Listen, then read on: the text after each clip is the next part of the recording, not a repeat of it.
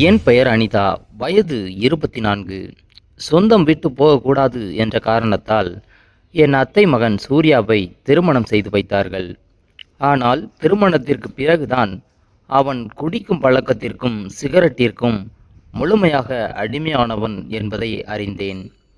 திருமணமான முதல் மாதம் மட்டும் நன்றாக இருந்தவன் அதன் பிறகு மீண்டும் பழைய வாழ்க்கைக்கே திரும்பிவிட்டான். நான் எவ்வளவோ முயன்றும் அவனை மாற்ற முடியவில்லை. மாறாக, ஒரு நல்ல மனைவி இருந்தால் கணவன் திருந்து விடுவான் என்று வீட்டில் இருந்தவர்கள் என்னைத்தான் குறை சொல்ல ஆரம்பித்தார்கள். ஒரு குழந்தை பிறந்தால் எல்லாம் சரியாகிவிடும் என்ற நம்பிக்கையில் நாட்கள் நகர்ந்தன. எனக்கும் ஒரு அழகான ஆண் குழந்தை பிறந்தது. ஆனால் அந்த மகிழ்ச்சி 2 நாட்கள் கூட நீடிக்கவில்லை. குடிபோதையில் அலுவலகத்திற்கு சென்ற சூர்யா வேலையை இழந்துவிட்டான்.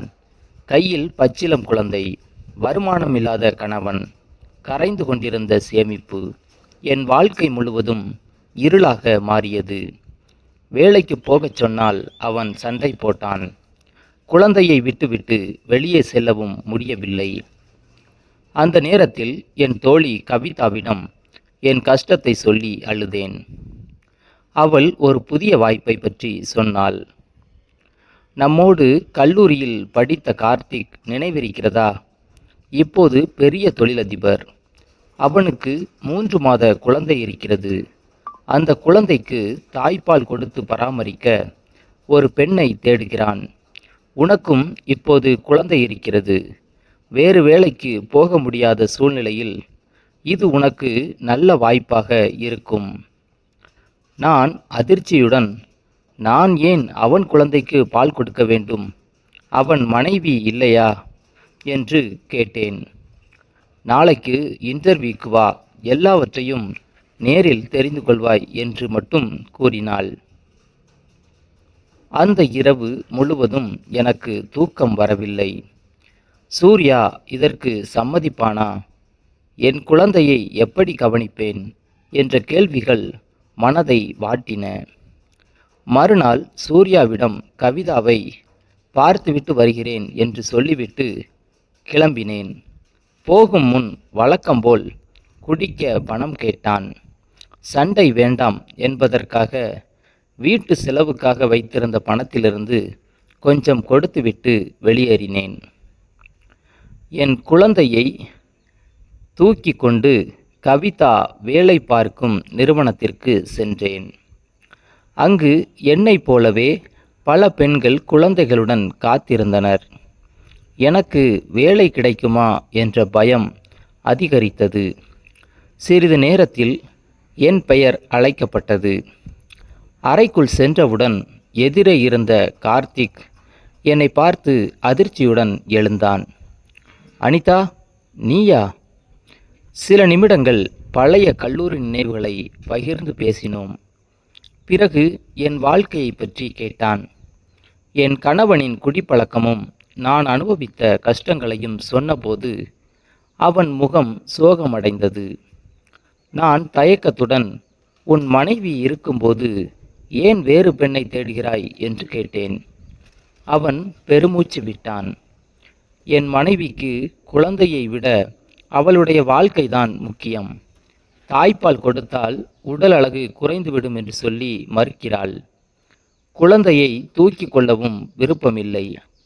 வெளிநாடு, பார்ட்டி, ஷாப்பிங் என்றுதான் இருக்கிறாள். டாக்டர்கள் தாய்ப்பால் அவசியம் என்றாலும் அவள் கேட்கவில்லை. டின்பால் குடித்தால் குழந்தைக்கு ஒவ்வாமை ஏற்படுகிறது. அதனால்தான் தாய்ப்பால் கொடுக்கக்கூடிய ஒரு நல்ல பெண்ணை தேடுகிறேன். என் குழந்தைக்கு ஒரு தாயின் அன்பு கிடைக்க வேண்டும். அவன் கண்களில் தெரிந்த வேதனை என்னை நெகிழ வைத்தது. சிறிது நேரம் கழித்து, உனக்கு மாதம் 50,000 ரூபாய் சம்பளம், கார் வசதி இருக்கும், உன் குழந்தையையும் உடன் அழைத்து வரலாம், சம்மதமா என்று கேட்டான்.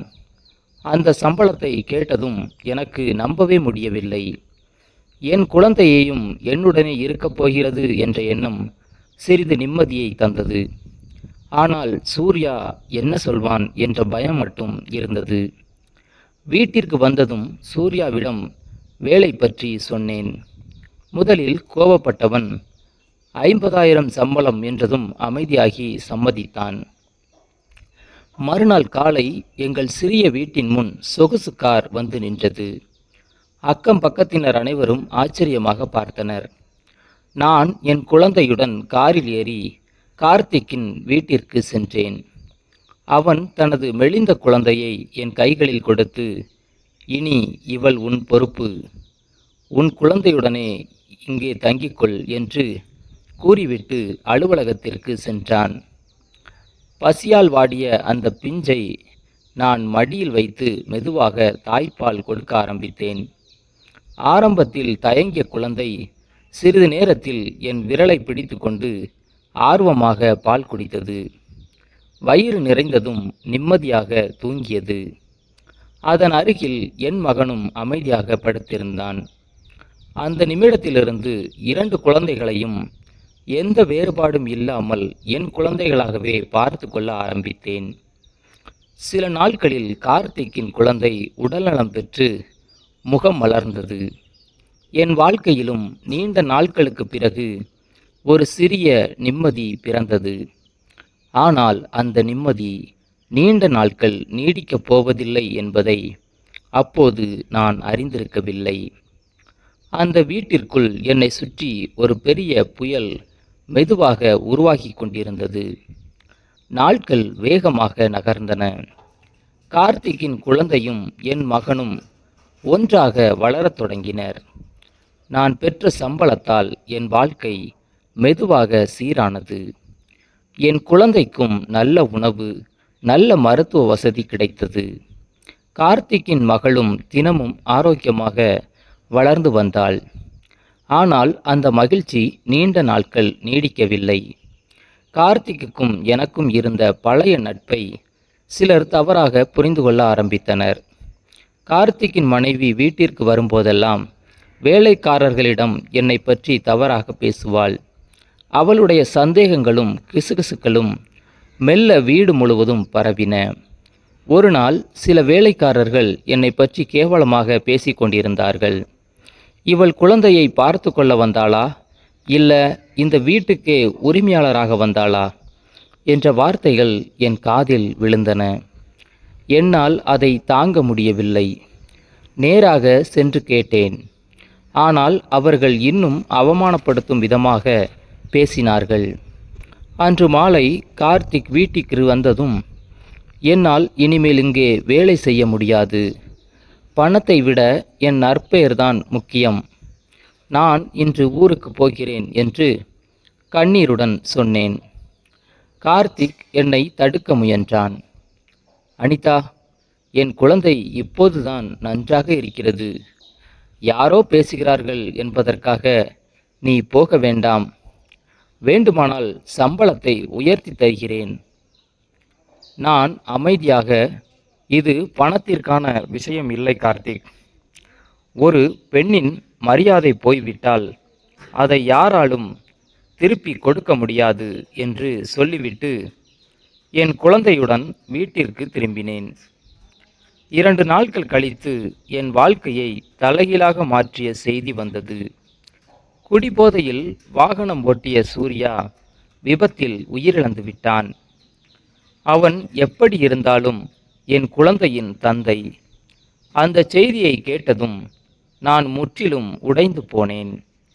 கணவனை இழந்த துயரத்தோடு இனி என் குழந்தையை எப்படி வளர்ப்பேன் என்ற பயமும் என்னை வாட்டியது. சடங்குகள் முடிந்த சில நாட்களுக்கு பிறகு கவிதாவும் கார்த்திக்கும் என்னை பார்க்க வந்தார்கள். கார்த்திக் வேதனையுடன், நீ போன நாளிலிருந்து என் குழந்தை பால் குடிக்காமல் அழுது கொண்டே இருக்கிறது. காய்ச்சலும் வந்துவிட்டது. உன்னை தவிர வேறு யாரிடமும் அமைதியாக இல்லை. தயவு செய்து குழந்தைக்காகவாவது திரும்பி வா என்றான். அந்த பச்சிளம் குழந்தையை நினைத்ததும் என் மனம் மாறியது.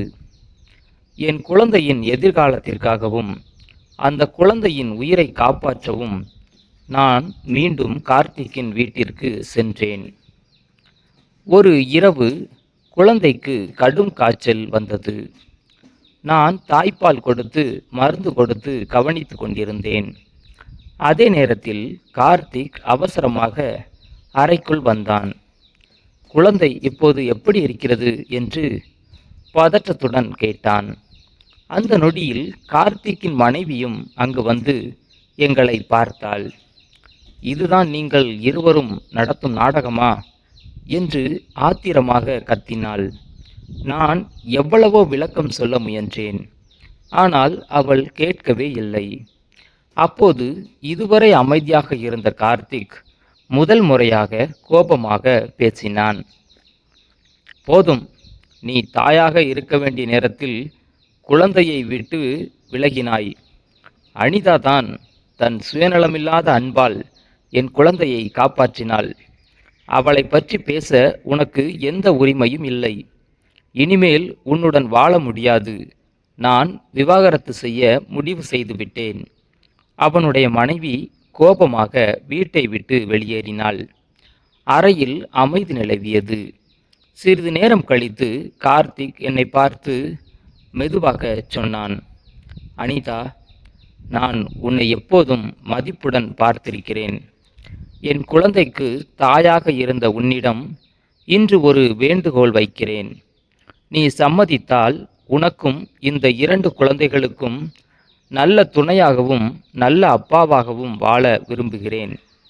உன் விருப்பமில்லாமல் எந்த முடிவும் எடுக்க மாட்டேன். அவன் வெளியேறிய பிறகு நீண்ட நேரம் யோசித்தேன். என் வாழ்க்கையில் முதன்முறையாக என்னை மதிக்கும் ஒரு மனிதர் என் முன்னால் நின்றிருந்தார். கவிதாவின் ஆலோசனையையும் என் குழந்தையின் எதிர்காலத்தையும் நினைத்து நான் சம்மதித்தேன். சில மாதங்களுக்கு பிறகு பெற்றோரின் ஆசீர்வாதத்துடன் எங்கள் திருமணம் எளிமையாக நடந்தது. இன்று நாங்கள் 2 குழந்தைகளுடனும் அன்பும் மரியாதையும் நிறைந்த குடும்பமாக வாழ்ந்து வருகிறோம். வாழ்க்கை எவ்வளவு இருளாக இருந்தாலும் ஒரு நாள் நிச்சயம் ஒரு புதிய விடியல் பிறக்கும் என்பதை என் வாழ்க்கை எனக்கு கற்றுக் கொடுத்தது. இந்த ஸ்டோரி உங்களுக்கு பிடிச்சிருந்தா லைக் பண்ணுங்கள், கமெண்ட் பண்ணுங்கள். நம்ம சேனலை இதுவரைக்கும் சப்ஸ்கிரைப் பண்ணாமல் இருக்கிறவங்க மறக்காமல் சப்ஸ்கிரைப் பண்ணுங்கள்.